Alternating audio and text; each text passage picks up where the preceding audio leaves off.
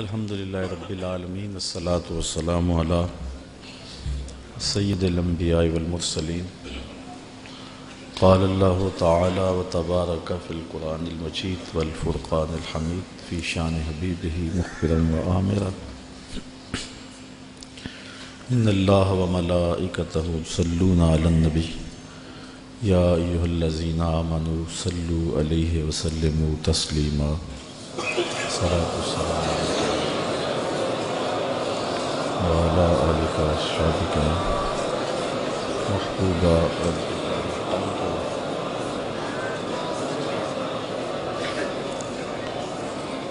حمد و ثنا کے بعد عالی مرتبت علماء کرام، مبلغین، سامعین، سامعات، السلام علیکم ورحمۃ اللہ وبرکاتہ۔ آج 10 محرم الحرام ہے اور یہ دن حضرت امام حسین رضی اللہ تعالی عنہ کی یادیں لے کر طلوع ہوتا ہے۔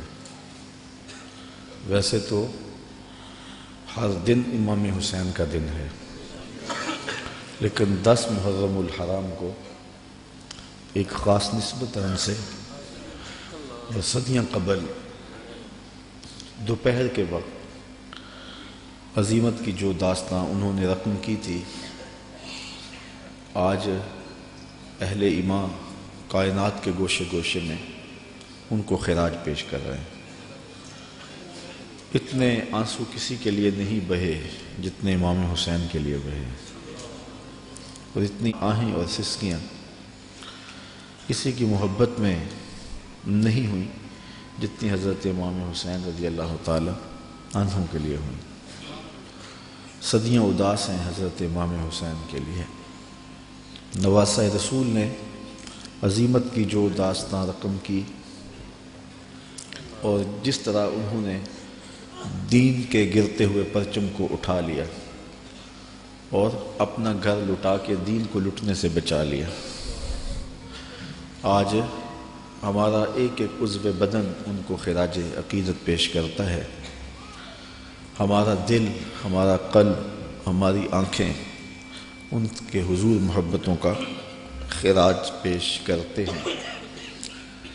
علماء سے آپ نے اس عنوان سے بہت ساری باتیں سنی اور محبتوں کے نغمے بھی چھڑے رہے، کربلا کی یاد بھی تازہ ہوتی رہی اور زخموں سے خون بھی بہتا رہا اور آنکھیں آنسوں کے خراج بھی دیتی رہیں۔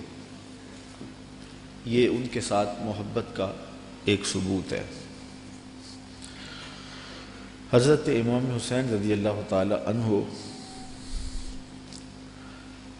کی سیرت، آپ کا انداز معاشرت، آپ کی زندگی اور آپ کی یہ عظیم قربانی ہم سے اس چیز کو طلب کرتے ہیں کہ ہم ان کے اسوہ کو اپنائیں۔ چونکہ وقت بہت تھوڑا ہے، میں 2-4 باتیں جو حضرت امام حسین کی زندگی سے ہم روشنی لے کر کے اپنی زندگیوں میں ڈال سکتے ہیں۔ رضائے الہی کا حصول یہ امام کا مطمع نظر تھا، اور اس کے لیے ان کی زندگی کی ایک ایک ساتھ گزرتی ہے۔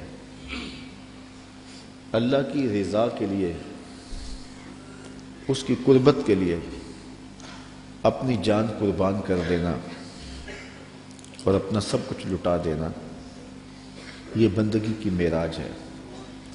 شہادت کو شہادت اس لیے کہتے ہیں کہ شہید اپنے خون سے سچائی کی گواہی دیتا ہے، اللہ کی توحید کی، اس کے دین کی گواہی دیتا ہے، اور یہ بہت اونچا منصب ہے۔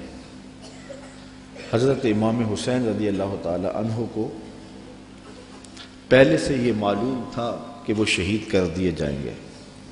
آپ کے پورے خاندان کو اس بات کا علم تھا، حضور کی زبان سے یہ بات خاندان میں پہنچی تھی، لیکن کسی ایک نے بھی آ کے حضور سے نہیں کہا کہ حضور دعا کر دیں یہ مصیبت ٹل جائے اور کربلا میں جو مشکلات آنے والی ہیں، جن کی خبر دی جا رہی ہے، وہ مشکلات ان پر نہ آئیں۔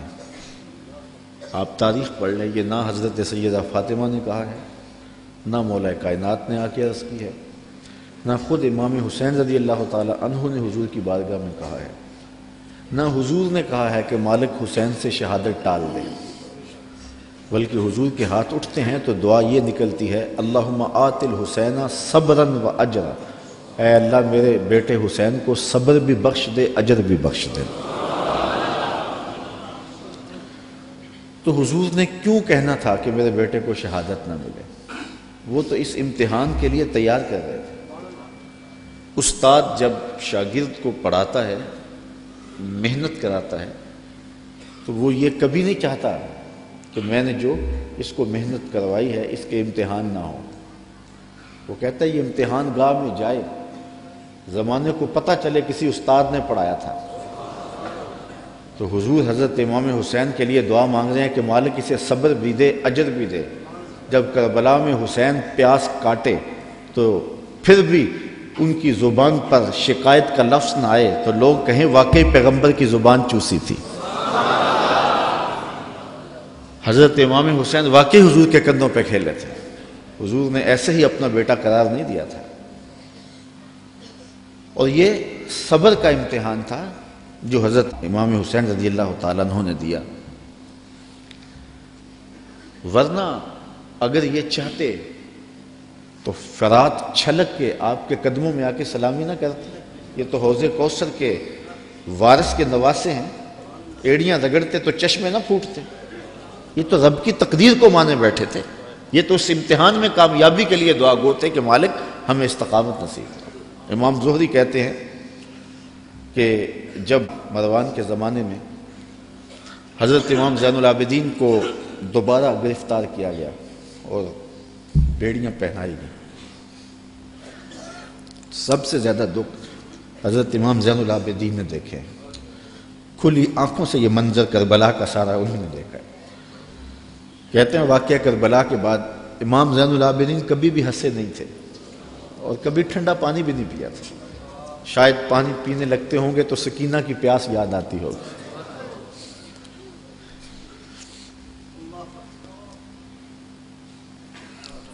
لیکن آپ کے ہاتھوں میں ہاتھ کڑیاں ڈال لی گئی اور قید میں ڈال دیا گیا۔ امام زہری کہتے ہیں کہ میں نے جو ہی امام کو دیکھا تو امام زہری رو پڑے۔ امام زین العابدین نے کہا زہری رو کیوں رہے ہو؟ میں نے کہا حضرت آپ کے ان ہاتھوں میں ہاتھ کڑیاں ہیں، پیغمبر زادے ہو، دنیا کو دین دیا ہے، اور آج آپ کے ہاتھ میں ہاتھ کڑیاں ہیں۔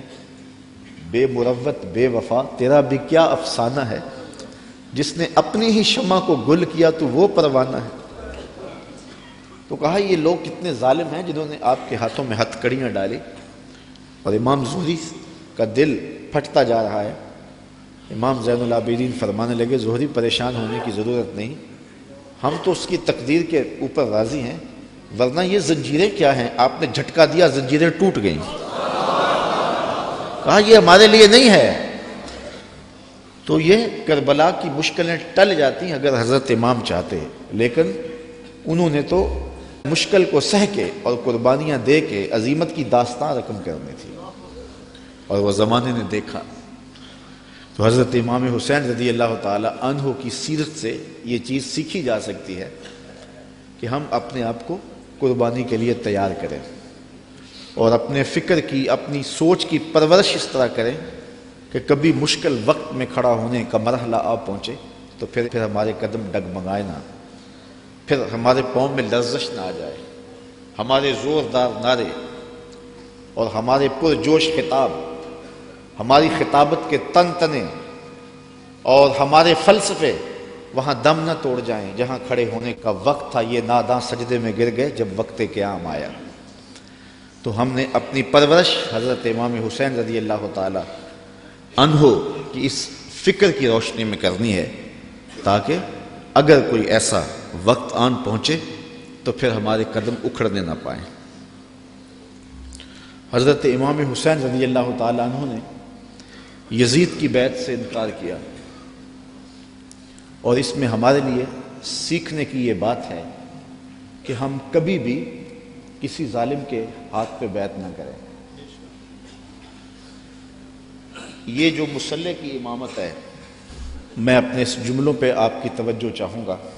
یہ جو مصلی کی امامت ہے، یہ امامت صغرا ہے، چھوٹی امامت ہے، اور یہ تخت و تاج کی امامت جو ہے یہ امامت کبریٰ ہے، بڑی امامت ہے۔ ہم چھوٹی امامت کے بارے میں تو اتنے حساس ہیں کہ اگر کسی کے پاؤں کی انگلیاں بھی اٹھ جائیں تو ہم اس کے پیچھے کہتے نماز نہیں ہوگی۔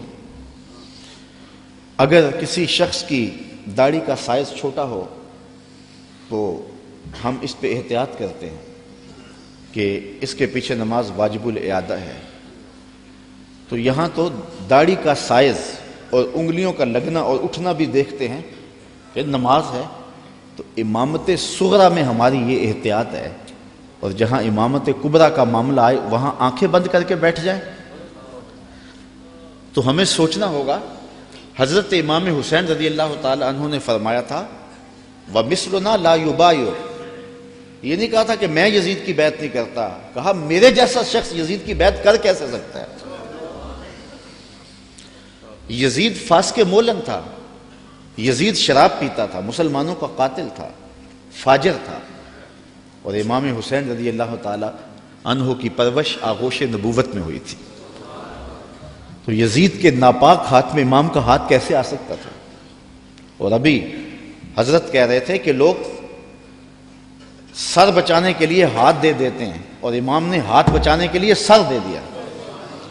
اور تاریخ کربلا کی پڑھیں، آپ کو نیزوں کے اوپر سر نظر آئیں گے، آپ کو گھوڑوں کی ٹاپوں پہ روندے جانے والے لاشوں کا تذکرہ ملے گا، لیکن امام کے ہاتھوں کا ذکر آپ کو کہیں نہیں ملے گا۔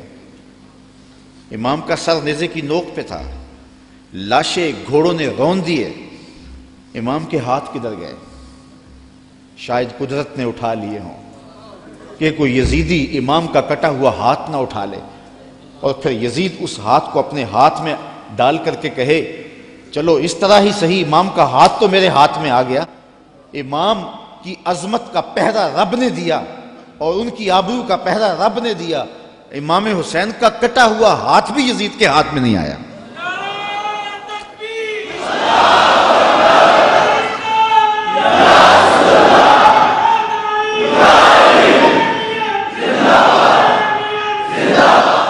اور اس ہاتھ کو بچانے کے لیے مدینہ چھوڑا۔ مدینہ چھوڑنا کوئی آسان تو نہیں نا، 8 دن کے لیے حاجی جاتا ہے نا، مدینے میں رہتا ہے، اور جب چھوڑتا ہے تو قیامت ٹوٹ رہی ہوتی ہے۔ کسی نے پوچھا تھا عمرے اور حج کا ماجرا، تو میں نے کہا تھا کعبۃ اللہ پہ پہلی نظر مشکل ہے اور روضہ رسول پہ آخری نظر مشکل ہے۔ تو 8 دن رہنے کے بعد وہاں سے پلٹنا قیامت ہوتا ہے، اور جس نے زندگی مدینے میں گزاری ہے، جو پیدا مدینے میں ہوا، جس کے گھر کا دروازہ مسجد نبوی کے اندر کھلتا ہو، جس کا مسکن اور مولد مدینہ ہو۔ اعظم چشتی مرحوم جب مدینہ رسول میں آخری حاضری پر گئے تو بیمار تھے، ویل چیئر پہ تھے، تو انہوں نے الوداع ہوتے ہوئے خادم سے کہا کہ میرا رخ حضور کے روضے کی جانب رہنے دو اور کچھ پیچھے سے کھینچو۔ اور جب وہ نظارے نگاہوں سے اوجھل ہونے لگے تو اعظم چشتی مرحوم نے کہا کہ جاں بدن سے نکلتی ہے اعظم، جاں بدن سے نکلتی ہے اعظم، کوئی آسان ہے مدینے سے جدا ہونا۔ تو اپنی فکر کی آبیاری کے لیے اور یزید سے اپنے ہاتھ کو بچانے کے لیے آپ نے وہ شہر مدینہ بھی چھوڑا، شہر خوبہ بھی چھوڑا، پھر مکہ المکرمہ بھی چھوڑا۔ 8 ذی الحج کو مکہ المکرمہ چھوڑا، تاریخ پڑھیں آپ، اور منا میں 8 ذی الحج کو لوگ جمع ہو رہے ہیں، اے تماشا گاہے عالم روئے تو کجا بہرے تماشا می روی۔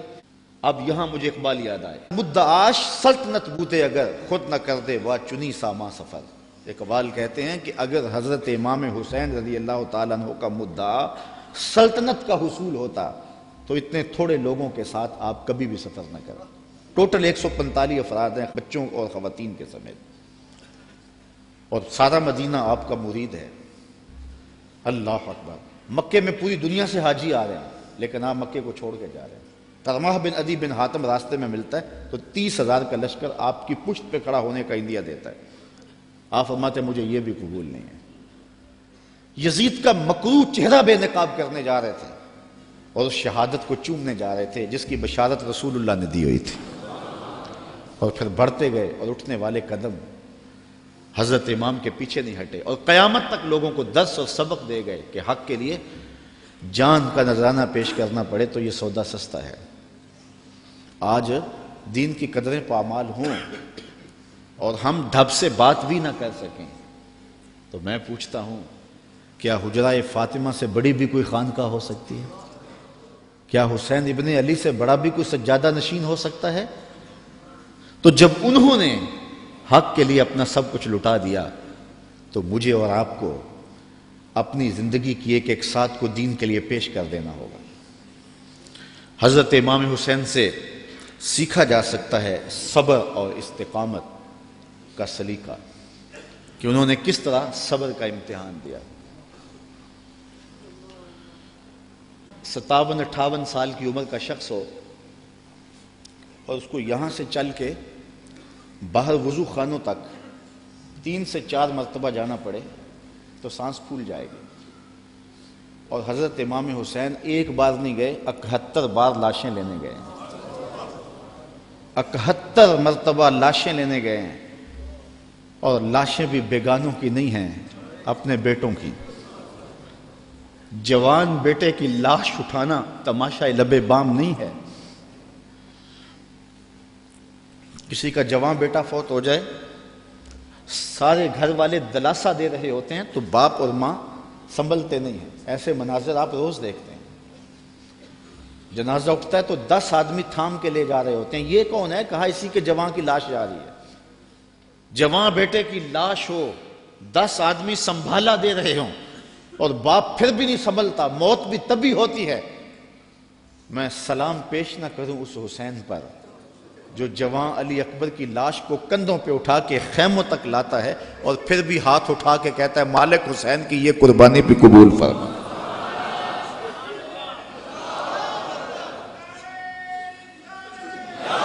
اتنے دکھ تو کو ہمالیہ پہ آتے تو اس کا پتا بھی پانی ہو جاتا، وہ بھی برداشت نہ کر پاتا۔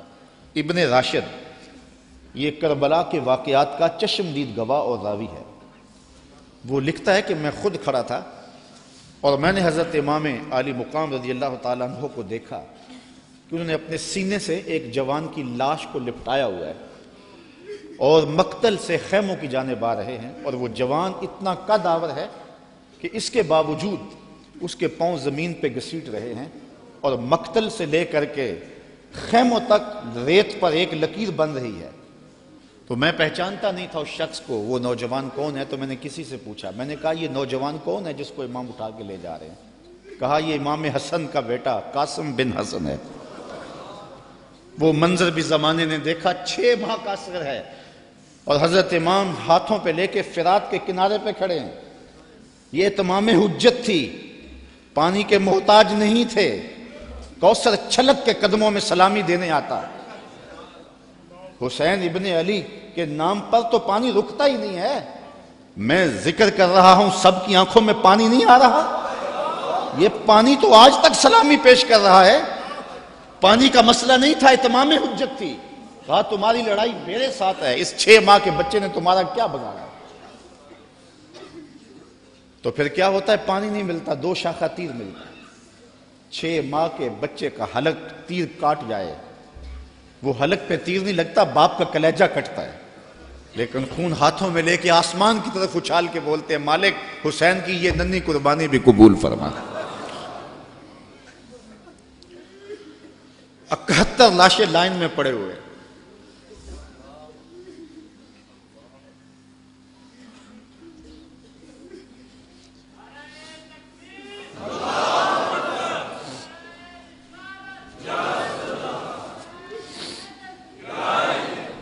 یزیدیوں کی صفاقی، ان کا ظلم اور بربریت ان کے تیور نظر آ رہے ہیں، اور خیمے کے اندر پردادار سادات بیٹھی، رسول اللہ کی شہزادیاں بیٹھی،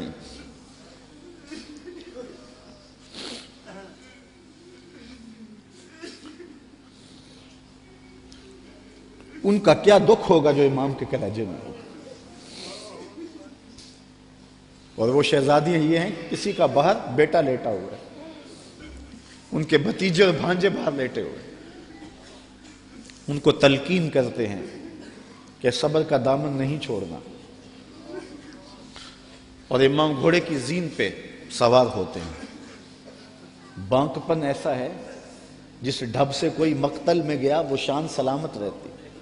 زمانے نے دیکھا 71 لاشیں اٹھا کے خیموں تک لانے والا حسین جب گھوڑے پہ آتا ہے تو اشقیاء کی صف میں کھلبلی مچ جاتی ہے، آواز آ رہی ہے یہ کون ذی وقار ہے، بلا کا شاہ سوار ہے، لباس ہے پھٹا ہوا غبار سے اٹا ہوا، تمام جسم نازنی چھدا ہوا کٹا ہوا، پھر بھی ہے ڈٹا ہوا، یہ نبی کا نور عین ہے، یہ بالیقین حسین ہے۔ اللہ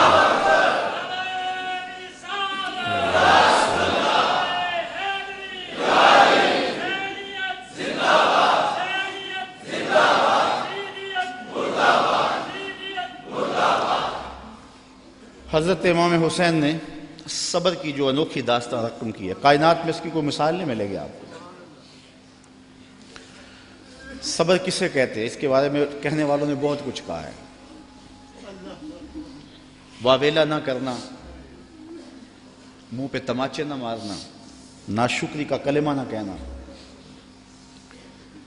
اعضاء کا ایسا اضطراب کہ جو شریعت میں نامحمود ہو اس کا سرزد نہ ہونا، صبر کے بڑے مفاہیم ہیں۔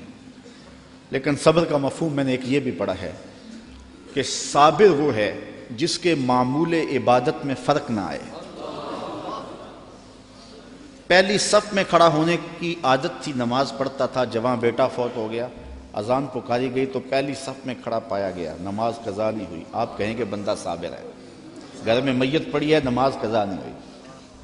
جس کے معمول عبادت قضا نہ ہوں وہ صابر کہلاتا ہے۔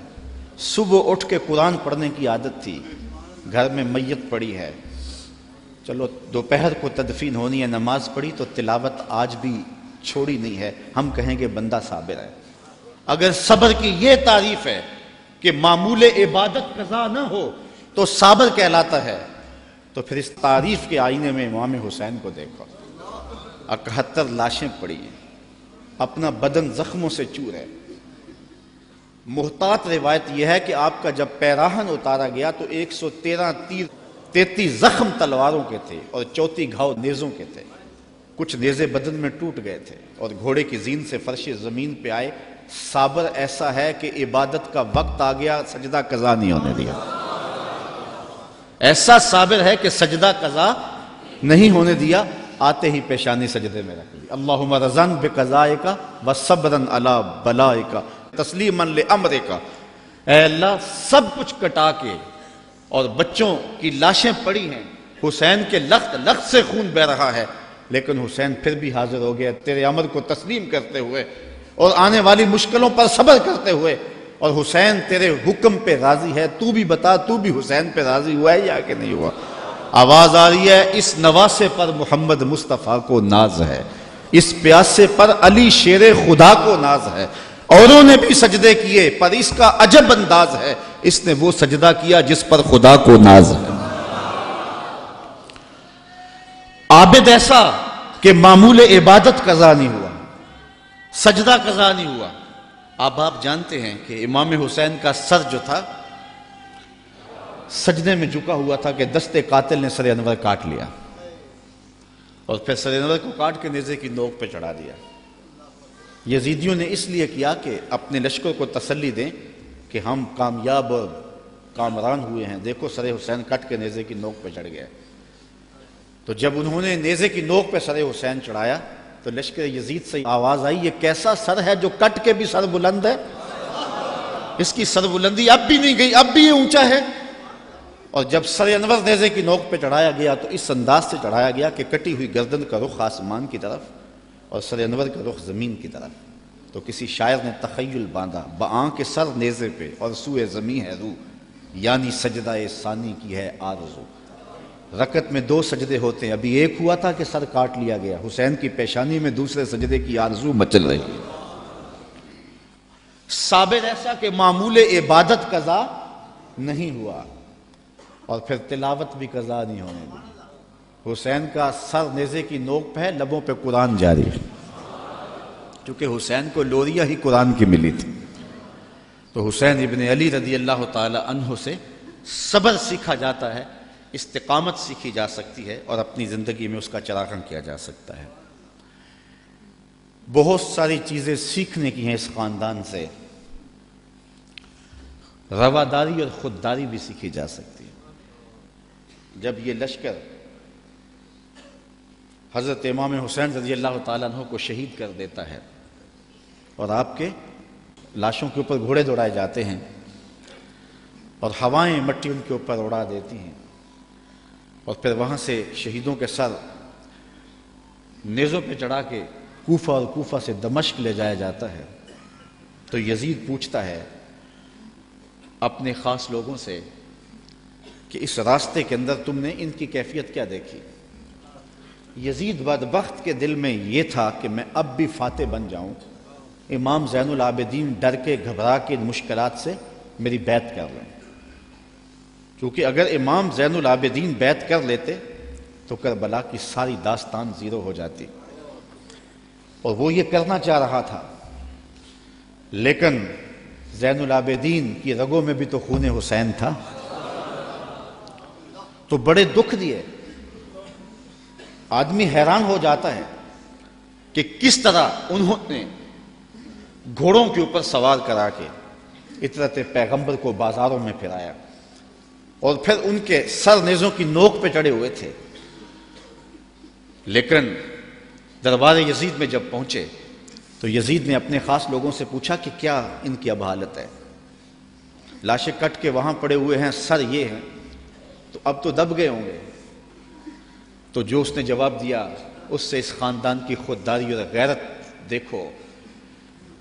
اس کے معتمد خاص نے کہا کہ ہم کربل سے یہاں تک پہنچے ہیں، اور ہم نے بہت دکھ بھی دیے ہیں، ان کو ذہنی اذیتیں بھی دی ہیں، بعض جگہوں کے اوپر ان کے اوپر پتھراؤ بھی ہوا ہے، لیکن لگتا یہ رہا ہے کہ فاتح یہ ہیں اور ہم مفتوح ہیں۔ ان کا انداز اور ان کا تیور ہمیشہ یہ بتاتا رہا ہے کہ اصل فاتح یہ اور مفتوح ہم ہیں، اور حقیقت ہے بھی یہی۔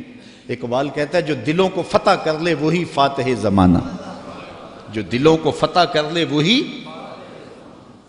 حشام بن عبد الملک بنو امیہ کا بڑا تگڑا حکمران گزرا ہے،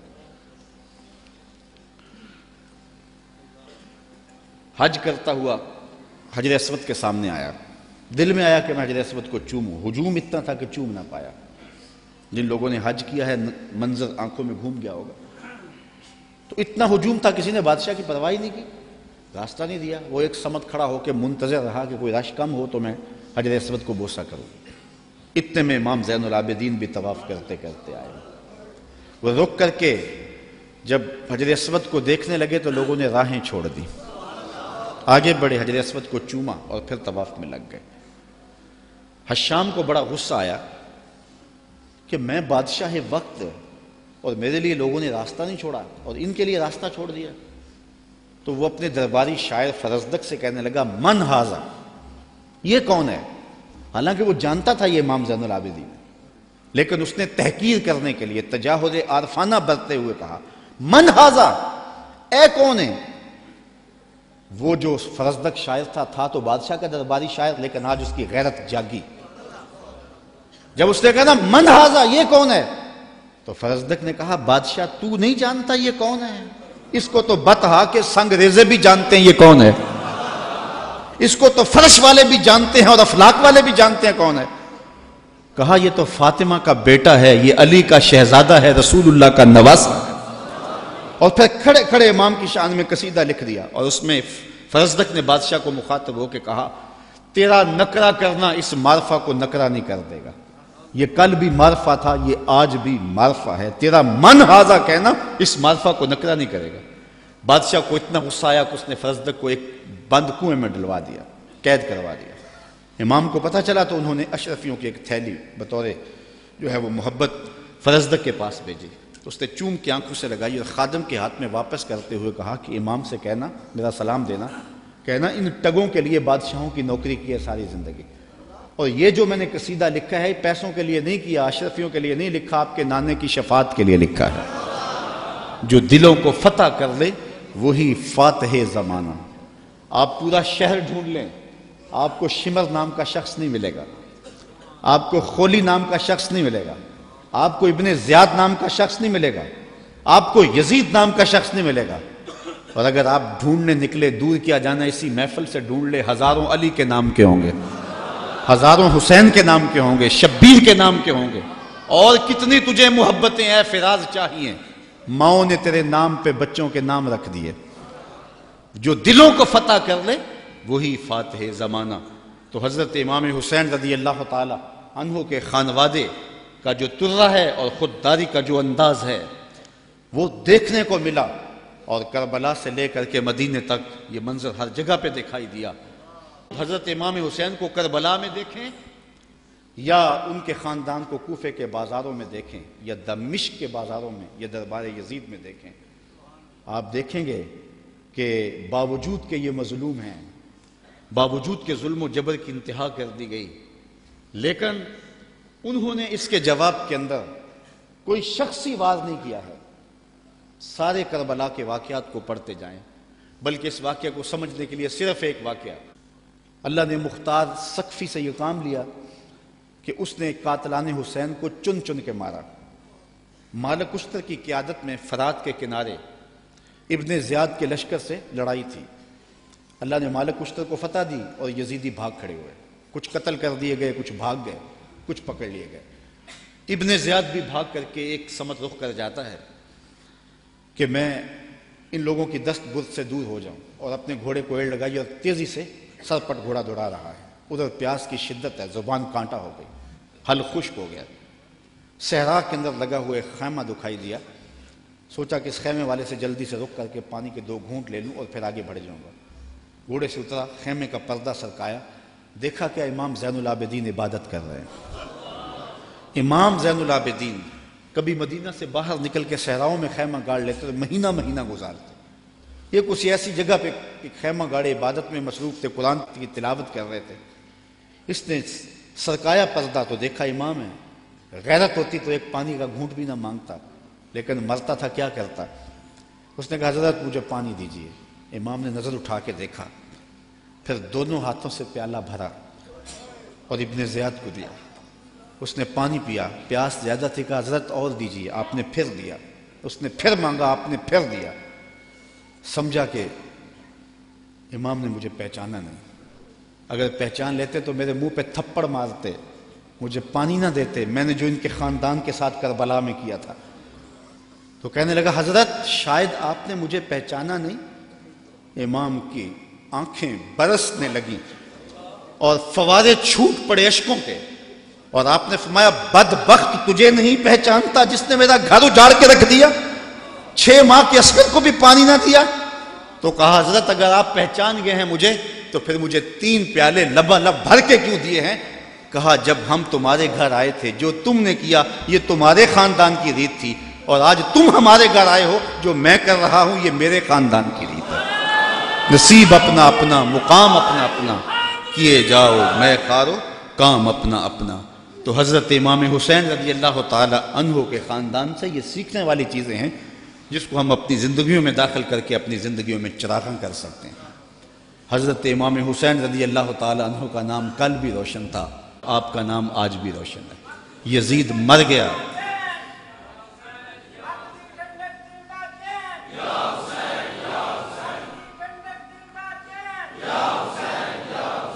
سارا دن بھی ہم نعرے لگاتے رہیں، یہ ایسا نام ہے کہ ہر لمحہ اندر ٹھنڈ اترتی رہتی ہے۔ میں کہتا ہوں آج کوئی ہے جو یزید کا نام لیتا؟ یزیدی ہیں، گلی گلی یزید آج بھی موجود ہے، مختلف روپوں کے اندر یزید ہے، لیکن یزید کو اس قدر امام نے بے نقاب کر دیا کہ آج یزیدی بھی یزید کا نام نہیں لے سکتے۔ اگر کوئی یزید کا نام لیتا بھی ہے تو سر جھکا کے لیتا ہے، دائیں بائیں دیکھ کے لیتا ہے، نام لینے سے پہلے شرمندہ، نام لیتے ہوئے شرمندہ، نام لینے کے بعد شرمندہ۔ میں کہتا ہوں کیسا ہے تمہارا لیڈر جس کا نام لیتے تمہیں شرم آتی ہے، اور ہمارے لبوں پہ جب نام حسین آتا ہے سر فخر سے بلند ہو جاتا ہے۔ فخر کا دل میں دریچہ باز کرنا چاہیے، فخر کا دل میں دریچہ باز کرنا چاہیے، جن کا تو آقا ہے ان کو ناز کرنا چاہیے۔ اے حسین ابن علی تم پر سلام، نازش آل نبی تم پر سلام، تم پہ لاکھوں رحمتیں لاکھوں سلام، اے شہیدان محبت کے امام۔ لالا گوں لالا بدن لالا کفن، اے چمن اندر چمن، زندگی ہی زندگی تیری حیات، اے حیات اندر حیات، افتخار ملت بیضا ہے تو، رب کعبہ کی قسم یکتا ہے تو۔ فخر کا دل میں دریچہ باز کرنا چاہیے، جن کا تو آقا ہے ان کو ناز۔ یہ اجتماع ناز کرنے کے لیے، ہم آ حسین والے نہیں ہیں، ہم واہ حسین والے ہیں۔ اتنے زخم تو کو ہمالیہ کے کلیجے پہ لگے تو اس کا بھی پتا پانی ہو جائے، لیکن حسین پھر بھی حق کالم لیے کھڑا ہے، پھر بھی عظیمت کی داستان رقم کر رہا ہے۔ یہ حسین ابن علی ہے، آج ان کی روح کو خراج پیش کر رہے ہیں، محبتوں کے آنسو بھی بہے، ان کے نام کے نعرے بھی لگائے، ان کے فکر ان کے مشن کو بھی سنا، ان کے مناقب بھی روحوں میں اترے، اس عظیم کام کو خراج بھی پیش کیا گیا۔ آؤ آج کے اس اجتماع میں عزم کر کے اٹھیں کہ ہم نقوش امام کو خضر راہ بنائیں گے۔ میں کہتا ہوں حضرت امام حسین نے تو لاشوں کے درمیان بھی نماز نہیں چھوڑی، 71 لاشیں پڑی ہوئی ہیں، پردے داروں کے پردوں کا دکھ بھی ستا رہا ہے، اور بدن میں تیر پیوست ہیں، اور نیزوں کی انیاں پسی ہوئی ہیں، اور گھوڑے کی زین سے فرش زمین پہ آ رہے ہیں۔ آپ نے ان حالات میں بھی نماز نہیں چھوڑی۔ ہم کیسے حسینی ہوں گے کہ 10 محرم کے دن بھی ہمیں نماز نصیب نہیں ہوگی؟ اگر 10 محرم کے دن بھی ہم نماز نہیں پڑھیں گے اور نام حسین ابن علی کا لیں گے تو پھر حرف حرف اور لفظ لفظ منافقت ہوگی۔ آئیے ان کا نام لیتے ہیں تو ان کے نقوش پا کو بھی خضر راہ بناتے ہیں۔ میں ایک نعرہ لگوانا چاہتا ہوں، امام کے نام کا خود لگواؤں گا، لیکن نعرہ بانکپن سے ہو، اوپر نیچے باہر ہجوم محبت ہے، تو ذرا یزیدیوں کو پتہ چل جائے کہ امام کا نام آج بھی زندہ ہے، اور محبتوں کے یہ تیور نعرہ تکبیر۔ اللہ آپ کو سلامت رکھے۔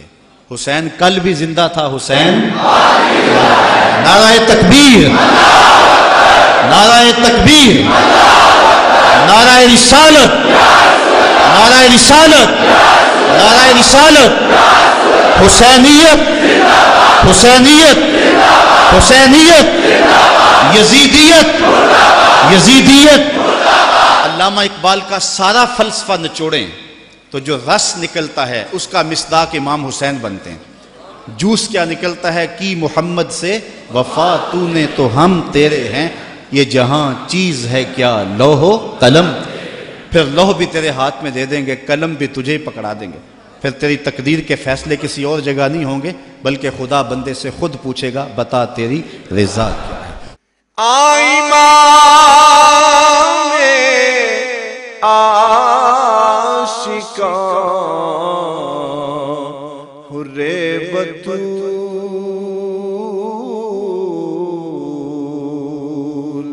سرو آزاد بوستان رسول، السلام یا نانا حسن و حسین۔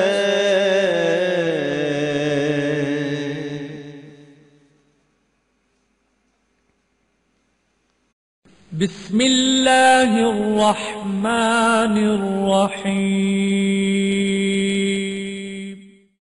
ہم جہد و عظیمت کے راہی، ہم جہد و عظیمت کے راہی، منزل پہ جا کر دم لیں گے، میدان عمل میں نکلے ہیں، میدان عمل میں نکلے ہیں، باطل کو مٹا کر دم لیں گے ہم جوہد و عظمت کے راہی منزل پہ جا کر دم لیں گے آفاق کے ہر ہر گوشے میں آفاق کے ہر ہر گوشے میں قرآن سنا کر دم لیں گے اب رکنا نہیں اب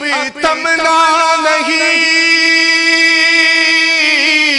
اب رکنا نہیں اب تھمنا نہیں فردوس میں جا کر دم لیں گے ہم جوہد و عظمت کے راہی منزل پہ جا کر دم لیں گے میدان عمل میں نکلے ہیں باطل کو مٹا کر دم لیں گے۔ اس دارالعلوم کی ایک ایک اینٹ میں پیار بھرا ہوا ہے، درد بھرا ہوا ہے، تو اس کے لیے دعا گو رہیں، اپنے تعاون سے بھی نوازتے رہیں۔ اللہ کی توفیق سے یہ ایک مرحلہ تقریباً تکمیل کے قریب ہے۔ ہم نے چاہا یہ تھا کہ 3.5 لاکھ روپے کا ایک ستون بما اوپر والا چھت اور فرشی لینٹر جو پڑا ہے یہ 3.5 لاکھ روپے کا ایک بنتا ہے، تو اگر ہمیں 99 لوگ مل جائیں تو یہ سارا مکمل ہو جائے، لیکن 47 لوگ ہمیں مل سکے۔ چونکہ 3.5 لاکھ روپے ہم نعت خواں کو دے لیتے ہیں، مدرسے کو دینا ہمارے لیے مشکل ہے، ہمارا مزاج ایسا بنا ہوا ہے۔